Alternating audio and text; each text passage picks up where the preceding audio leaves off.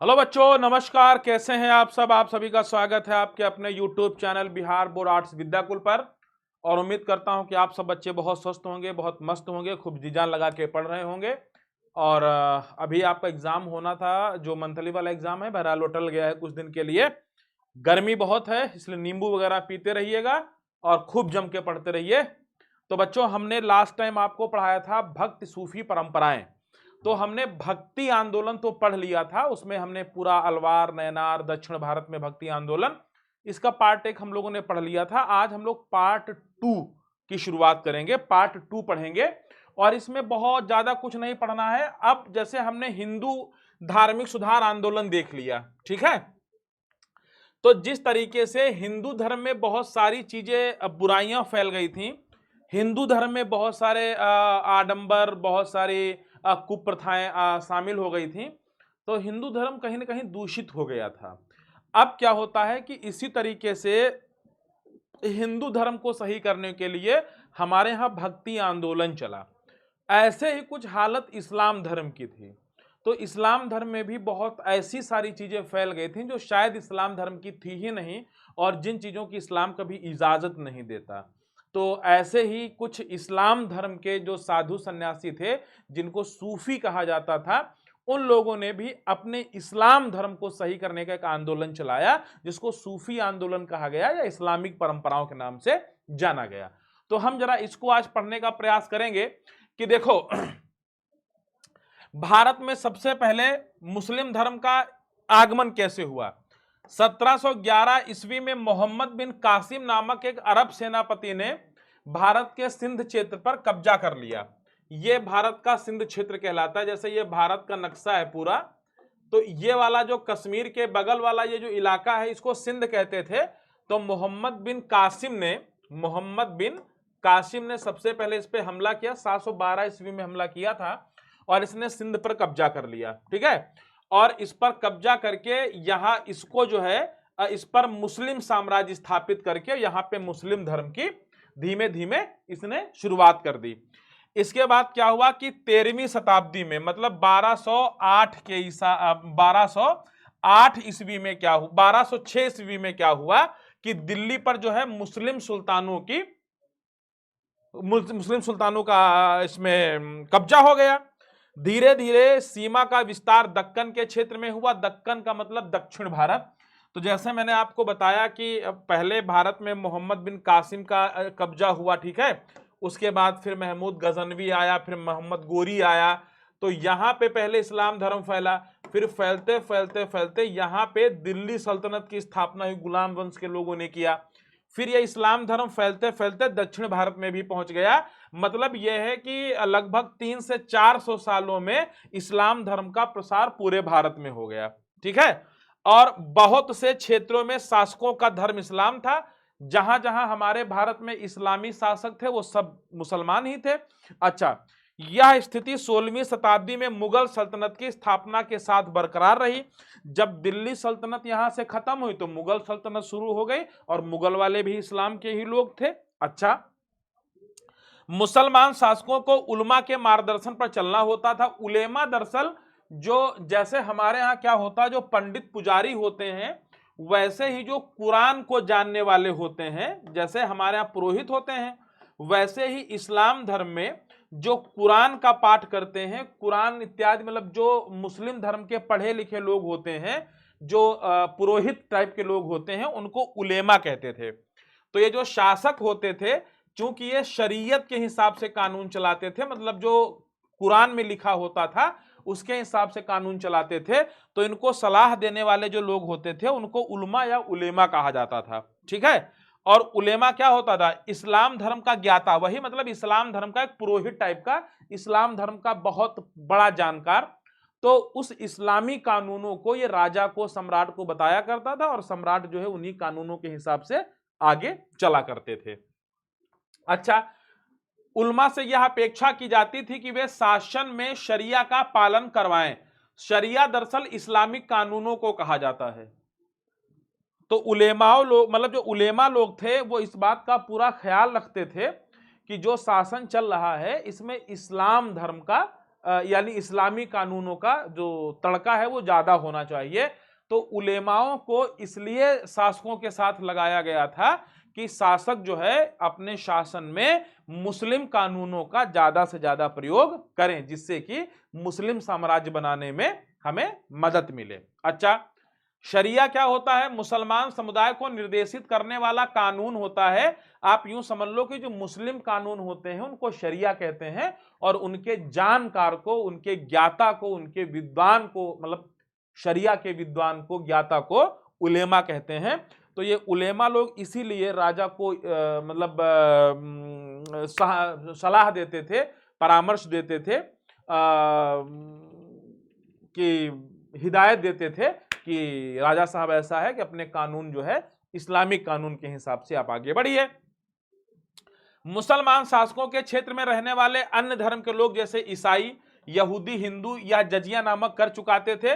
इन मुस्लिम शासकों ने क्या किया था कि जजिया कर होता था जो गैर मुस्लिम लोगों को चुकाना होता था, केवल इसलिए कि वो मुस्लिम धर्म में नहीं है। चूंकि भारत पे मुस्लिम वर्ग के लोगों का शासन हो गया था, यहाँ पे मुस्लिम धर्म के लोगों का शासन हो गया था, इसलिए ये लोग क्या करते थे, अपने शासन के लिए गैर मुस्लिम लोगों से जजिया नामक एक कर लिया करते थे। ठीक है। कुछ शासक जनता के लिए लचीली नीतियों को अपनाते थे, जैसे बहुत से शासकों ने भूमि अनुदान एवं कर की छूट वगैरह दी। अच्छा, बहुत से मुस्लिम, देखो लगभग मुस्लिम शासक जो होते थे बड़े क्रूर होते थे, लेकिन सब क्रूर नहीं होते थे। कुछ शासक ऐसे भी होते थे जो गैर मुस्लिम लोगों के लिए बहुत लचीली नीति अपनाते थे, मतलब बहुत ठीक ठाक कि चलो यार किसी को परेशान नहीं करना है, बस अच्छे से शासन को चलाना है। तो वो लोग भूमि अनुदान दिया करते थे, टैक्स में छूट दे दिया करते थे। अब जैसे अकबर ही हुआ तो उसने ही जजिया कर को हटा दिया था। तो ऐसे भी होते थे। हिंदू, जैन, पारसी, ईसाई, यहूदी धर्म संस्थाओं को बहुत सारी छूट दी। गैर मुस्लिम धार्मिक नेताओं के प्रति श्रद्धा भाव व्यक्त किया। गैर मुस्लिम धार्मिक नेता का मतलब जो गैर मुस्लिम, जैसे जो हिंदू संत थे, जो हिंदू धर्म के नेता थे, जो हिंदू धर्म के संत थे, इन लोगों के प्रति भी बड़े सम्मान से उन लोगों ने व्यवहार किया। कुछ ऐसे भी मुसलमान हुए, ऐसा नहीं है। मुगल सल्तनत में तो ये काफी चर्चा चलता था कि मुगलिया सल्तनत के जो राजा थे वो ऐसा नहीं है कि सब हिंदुओं को जबरदस्ती दबाते थे, नहीं। बहुत सारे जो पंडित पुरोहित थे, जो बड़े बड़े संत महात्मा थे हिंदू धर्म के, उन लोगों के लोग दान देते थे, उनका बड़ा सम्मान करते थे, बहुत श्रद्धा भाव से उनको देखते थे। तो ऐसा नहीं है, लेकिन मैक्सिमम ऐसे लोग थे जो अपने इस्लाम धर्म पे ज्यादा कट्टरवादी रुख अपनाए हुए थे। लेकिन बहुत से शासक ऐसे भी हुए जिन्होंने अन्य धर्म के शासकों को, अन्य धर्म के लोगों को भी बहुत ही इज्जत का स्थान दिया। अब इस्लाम धर्म लोक प्रचलन में कैसे आ गया? देखो, इस्लाम के आने से पूरे उपमहाद्वीप में परिवर्तन देखने को मिले। क्या क्या? जिन्होंने इस्लाम धर्म कबूल किया उन्हें सैद्धांतिक रूप से 5 मुख्य बातें माननी होती थी। अच्छा देखो, इस्लाम धर्म ही मुसलमान कहलाते हैं।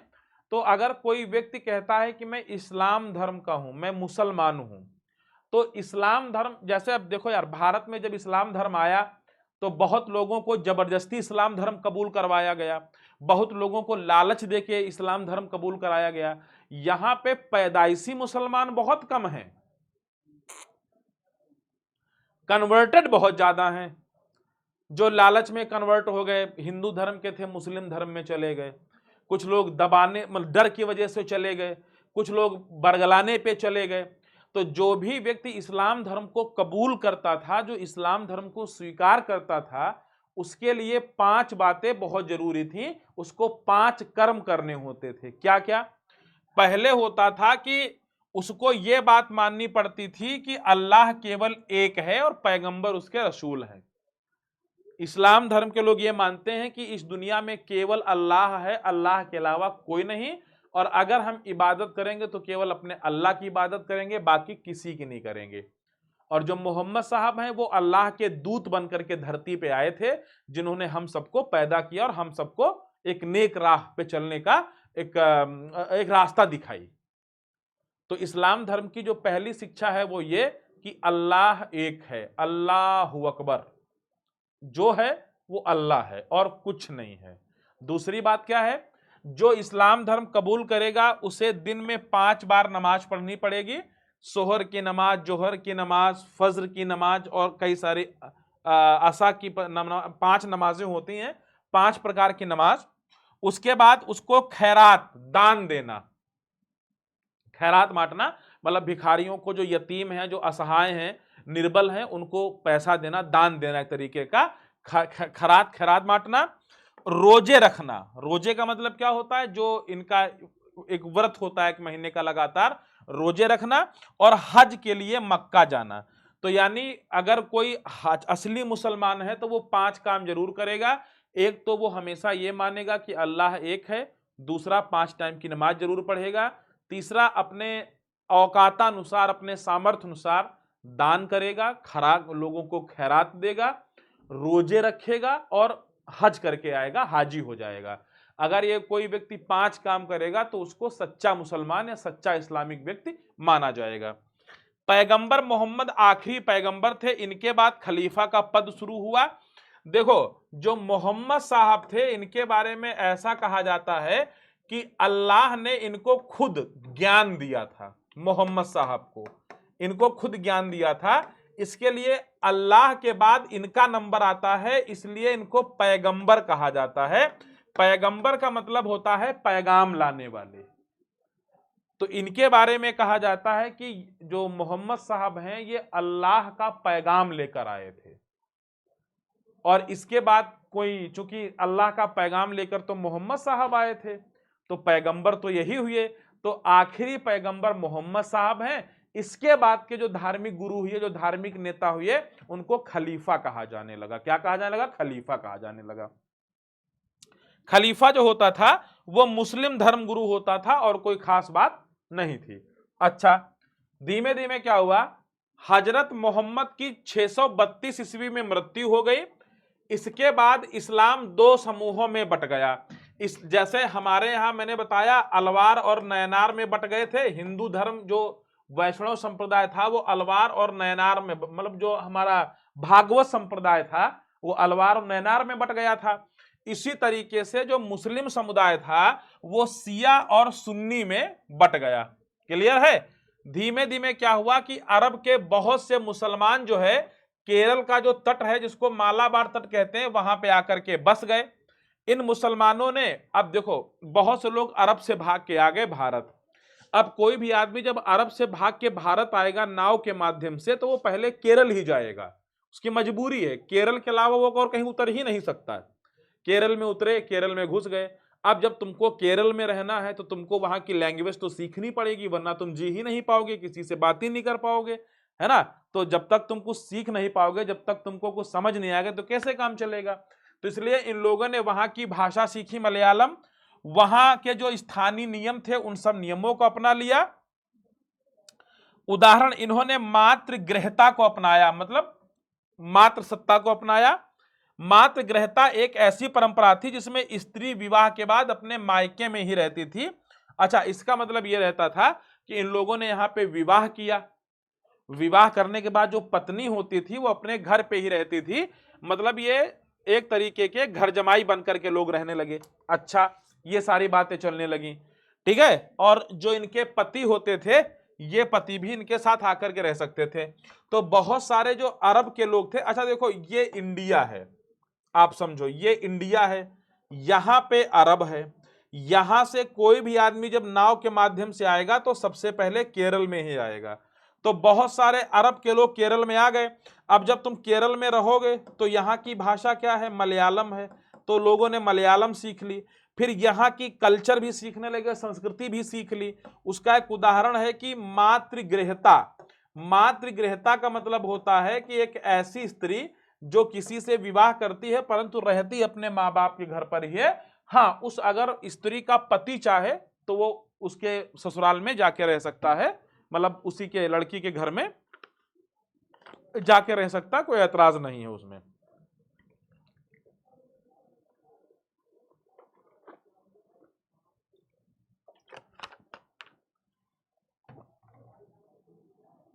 ठीक है। इसके बाद बात क्या है? अच्छा, अब मुसलमान धर्म में बहुत सारे समुदायों के नाम प्रचलित हुए। कैसे कैसे? देखो, 8वीं से 14वीं शताब्दी, मतलब 700 ईस्वी से लगा करके 1300 ईस्वी तक इतिहासकारों ने संस्कृत ग्रंथों और अभिलेखों का अध्ययन किया। इनमें मुसलमान शब्द का प्रयोग नहीं था। बिल्कुल सही बात है, क्योंकि देखो, हमारे भारत में इस्लाम धर्म का जो प्रचलन हुआ है वो 712 ईस्वी से हुआ है, लेकिन बहुत छुटकल पुटकल। यहां पे मुस्लिम समुदाय, मतलब मुस्लिम धर्म की स्थापना तो 1206 ईस्वी में हुई है। 1206 ईस्वी में, जब सबसे पहले गुलाम वंश गद्दी पर बैठा, कुतुबुद्दीन ऐबक पहला शासक बना। लेकिन तब भी मुसलमान शब्द नहीं था। लोगों का वर्गीकरण उनके जन्म के स्थान के आधार पर होता था। जैसे समझो, जो मुसलमान जैसे तुर्की में जन्मे लोग तुरुस्क कहलाते थे, ताजिकिस्तान में जन्मे लोग ताजिक कहलाते थे, फारस के लोग पारसी कहलाते थे, तुर्क और अफगानों को शक एवं यवन भी कहा गया था। इन प्रवासी समुदायों के लिए अधिक सामान्य शब्द म्लेच्छ था। अच्छा, म्लेच्छ का जो अर्थ होता है वो होता है असभ्य भाषा बोलने वाले। तो होता क्या था कि इस्लाम एक धर्म था, उसको मानने वाले इस्लामिक लोग कहलाते थे। लेकिन उस समय क्या होता था कि हर देश के लोगों के लिए एक अलग नाम था। तुर्की में रहने वाले लोगों को तुरुष्क कहा जाता था, फारस में रहने वाले को पारसीक कहा जाता था, है ना। तो ऐसे अलग अलग लोगों के समुदाय हुआ करते थे। अच्छा, अनार्य क्या होते थे? जो आर्य परंपरा के ना हो, जो वर्ण व्यवस्था का पालन ना करें। मतलब कुल मिलाके जो हिंदू धर्म को नहीं मानते थे, सनातन धर्म को नहीं मानते थे, आर्य को नहीं मानते थे, उनको क्या कहा गया? उनको अनार्य कहा जाता था। ऐसी भाषा बोलने वाले जो संस्कृत से नहीं उपजी हो, ऐसे शब्दों में हीन भावना निहित थी। सूफीवाद के लिए इस्लामी ग्रंथों में तसव्वुफ शब्द का इस्तेमाल होता है। यह सूफ से निकला है, जिसका अर्थ होता है ऊन। अब देखो क्या होता था कि जिस समय भारत में इस्लाम धर्म का प्रचलन हो रहा था, उस समय भारत में संस्कृत भाषा पर्याप्त मात्रा में चलती थी, और जो लोग संस्कृत नहीं बोल पाते थे उनको बहुत हीन भावना से देखा जाता था। लेकिन चूंकि अब इस्लाम एक अलग धर्म है, एक अलग कल्चर है उसका, तो वो संस्कृत कैसे बोलेंगे? वो तो अरब से आ रहे हैं, वहां पे अरबी भाषा चलती थी, उनकी भाषा अलग है। इसलिए मुसलमानों को, इस्लाम धर्म के लोगों को हमारे यहाँ अनार्य के रूप में देखा गया कि ये हमारे कल्चर के नहीं है, ये बाहरी लोग हैं, ये ना हमारी भाषा बोलते हैं, ना इन्हें हमारे कल्चर पता है, ना इनका हमारे जैसा रहन सहन है। ऐसी चीजें काफी भिन्नता आने लगी। अच्छा, कुछ विद्वानों का मानना है कि सूफी की उत्पत्ति सफा से हुई है, जिसका अर्थ है साफ या पवित्र। अच्छा, धीमे धीमे क्या हुआ कि हमारे यहाँ इस्लामी ग्रंथ लिखे जाने लगे, हमारे यहाँ कुछ इस्लामी संत आने लगे। अच्छा, इस्लामियों में एक चीज आती है तसव्वुफ। तसव्वुफ का मतलब एक तरीके का होता है, आप कह सकते हो एक ईश्वर की उपासना कह सकते हो। तसव्वुफ बोलना, स्पीकिंग, है ना। तसव्वुफ तसव्वुर करना किसी का, वहीं से निकला है। अच्छा, कुछ लोगों का कहना है कि जो सूफी शब्द होता है, सूफी शब्द का मतलब होता है साफ या पवित्र। तो मतलब जो इस्लाम धर्म के बहुत साफ पवित्र मन के लोग हैं उनको सूफी कहा गया, बराबर। इस्लाम में कुछ संतों का रूढ़िवादी परंपराओं से बाहर निकलकर रहस्यवाद और वैराग्य की ओर झुकाव बढ़ा, यही सूफी कहलाए। अब यहीं से बात शुरू करो। अब देखो क्या हुआ कि इस्लाम धर्म में भी बहुत सारा अंधविश्वास फैलने लगा। इतना अंधविश्वास फैलने लगा कि जैसे इस्लाम धर्म में कहा गया कि 5 टाइम की नमाज पढ़नी चाहिए, सत्य बोलना चाहिए, किसी को हिंसा नहीं करनी चाहिए, लेकिन इस्लाम को मानने वाले लोग इन सारी चीजों को भूल करके कुछ और ही करने लगे, मतलब गाड़ी विपरीत दिशा में चलने लगी।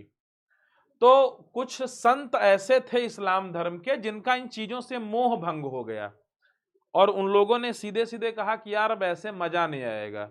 तो उन लोगों ने वैराग्य ले लिया अपने जीवन में, और उन्होंने एक व्रत ले लिया कि हमें इस्लाम धर्म में जो ये बुराइयां फैली हुई हैं, जो इस्लाम धर्म के लोगों में ये कठिनाइयां फैल गई हैं, जो उलुल जुलुल बातें आ गई हैं, इन सबको हमें निकाल के बाहर करना होगा, तभी जाके कुछ बात बनेगी। तो इस्लाम में कुछ संतों का जो इस्लाम की रूढ़िवादी परंपराएं थीं वो उन परंपराओं से बाहर निकल गए। रहस्यवाद का मतलब होता है ईश्वर को अपने मन के दम पर जानना, और इन लोगों ने वैराग्य धारण कर लिया। इन्हीं संतों को सूफी कहा गया। इन्होंने रूढ़िवादी परिभाषा, धार्मिक गुरुओं द्वारा दी गई कुरान की व्याख्या की आलोचना की। इन्होंने मुक्ति की प्राप्ति के लिए ईश्वर की भक्त और उसके आदेशों के पालन पर अधिक बल दिया। अब देखो ये जो सूफी थे बिल्कुल वैसे ही थे। इन्होंने कहा देखो अल्लाह को पाने के लिए कोई आडंबर की जरूरत नहीं है। ये जो मौलवियों ने कुरान की उल्टा सीधा व्याख्या कर दी है इसको हटाओ। मौलवियों ने कुरान की व्याख्या अल्लाह को पाने के लिए नहीं, अपने फायदे के लिए की है।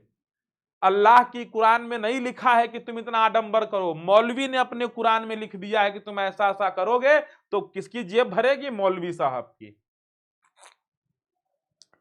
इसलिए सूफियों ने क्या कहा? अल्लाह को जानने के लिए उसकी इबादत करो, उसके लिए फना हो जाओ। 24 घंटे आपके दिमाग में केवल अल्लाह के बारे में इबादत चले। अल्लाह को जानने के लिए किसी तीसरे आदमी की जरूरत नहीं है। ऐसे हिंदू धर्म में भी चल रहा था कि अगर स्वर्ग लेना है तो यज्ञ करवा लो। जब भक्ति आंदोलन चला बोले किस बात के लिए यज्ञ करवा ले? भगवान और हमारा तो संबंध पर्सनल संबंध है, हम देखेंगे अपने स्तर से भगवान को।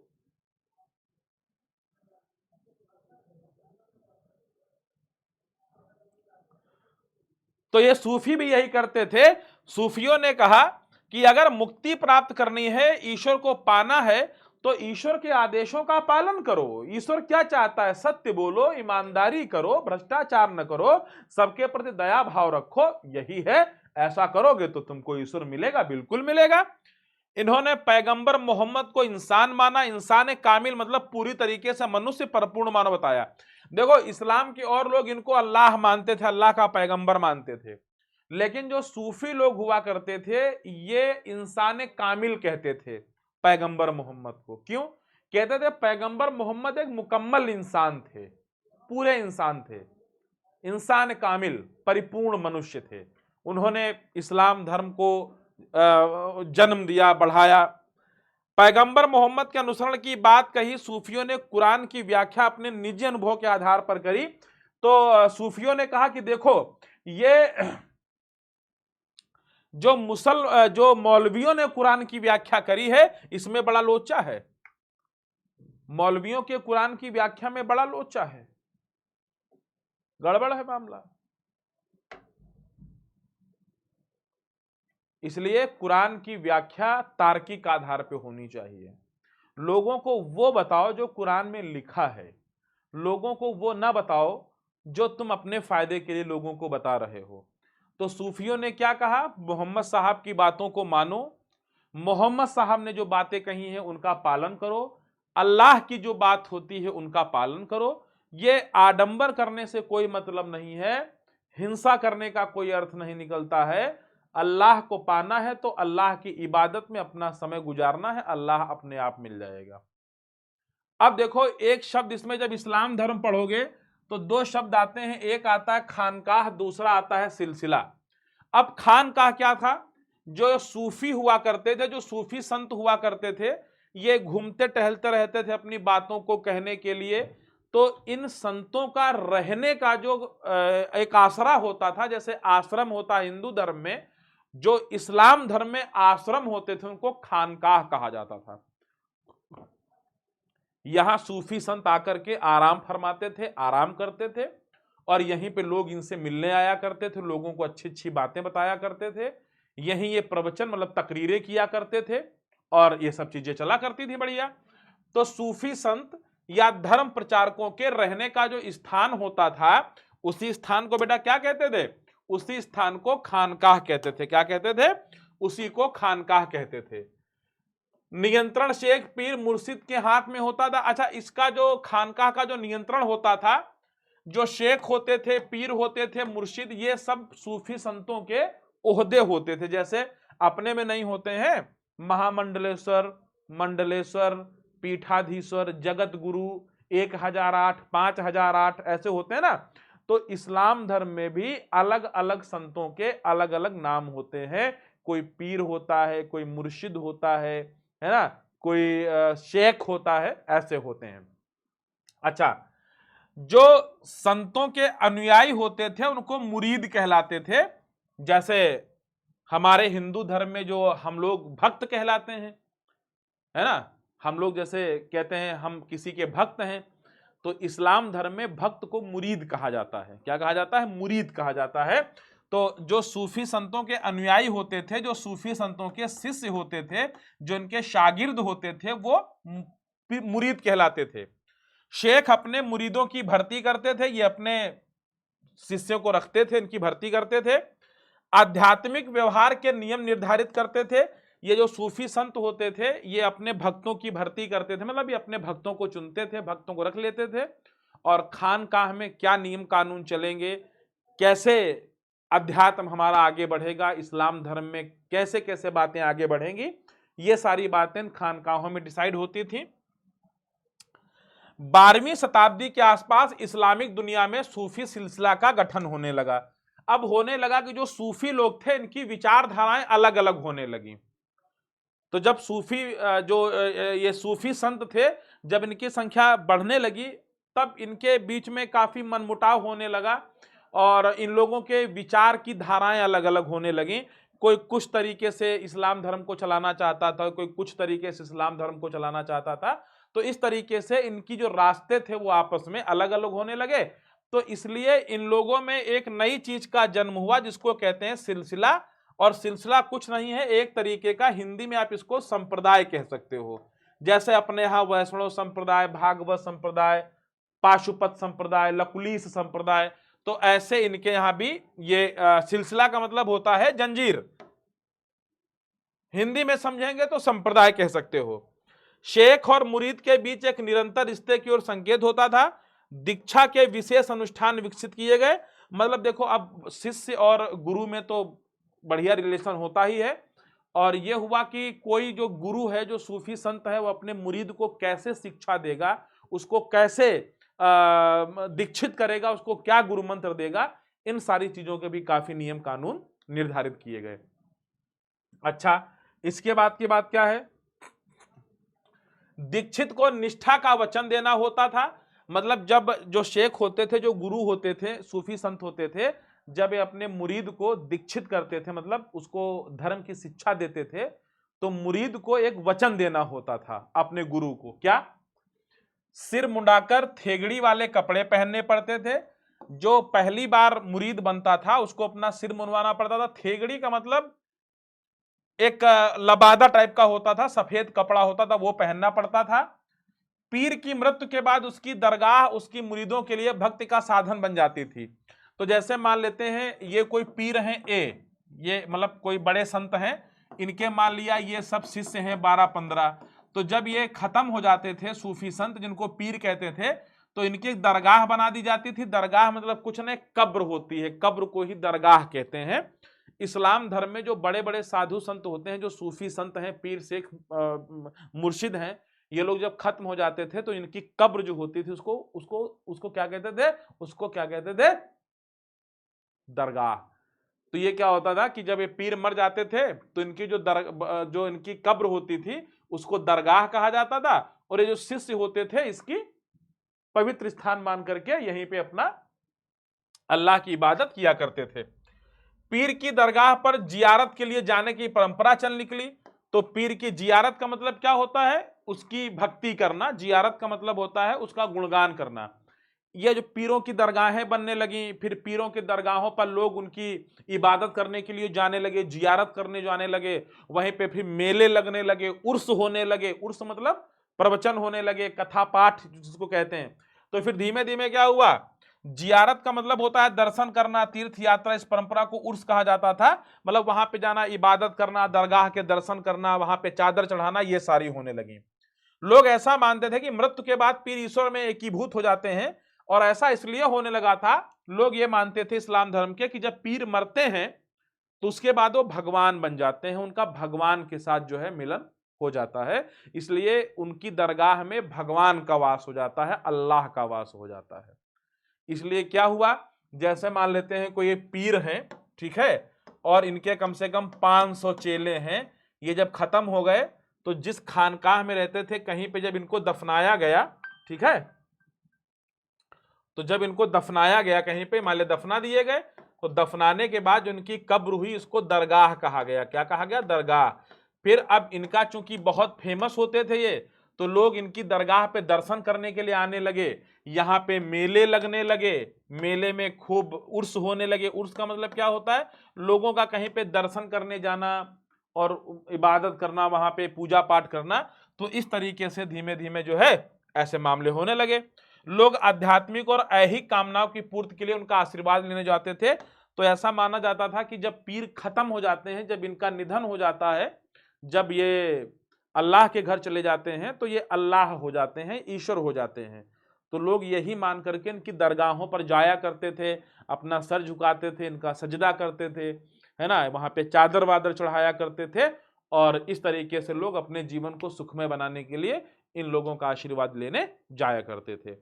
तो ये एक इस्लामिक परंपरा है जो भारत में शुरुआती दौर में फलीभूत हुई, ठीक है। और मुझे ऐसा लगता है कि इतनी बातें अगर आप अपने दिमाग में बना लोगे तो कहानी आपकी डन हो जाएगी।